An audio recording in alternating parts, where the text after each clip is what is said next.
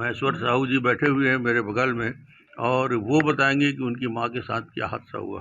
और मोर माता जी की 22 मार्च को कबीरपंथी समाज के अनुसार वहाँ अंतिम संस्कार किए गई से समाज के अनुसार पूरा समाज के साथ में। और वो लोग के बाद 2-2.5 महीना बाद रेत खनन माफिया के अनुसार रेत निकाल के रात में माँ के शव निकाल के मतलब जो दुख और पीड़ा हुई से बहुत अत्यंत दुख पीड़ा हो रही।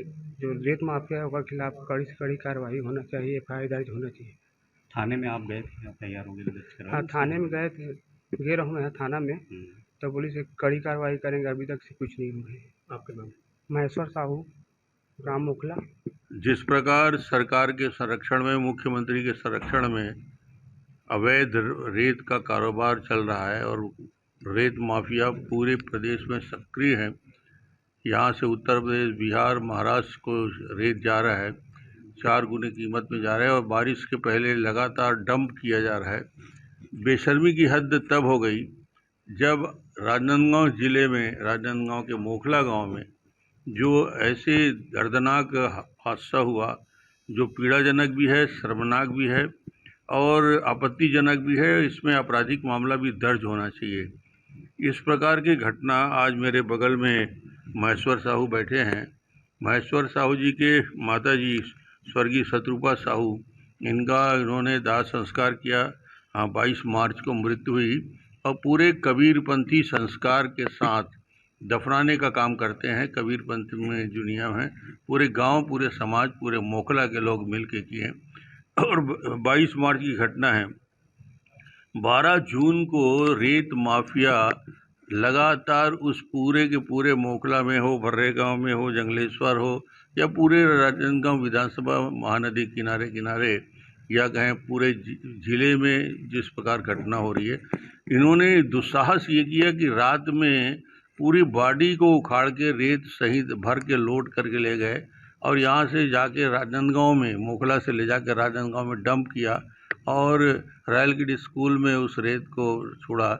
जब बॉडी देखे तो वहाँ हंगामा हुआ और जब गांव वालों की जानकारी हुई तो गांव वालों ने आपत्ति किया। आज पूरे गांव के गांव मेरे पास आए थे।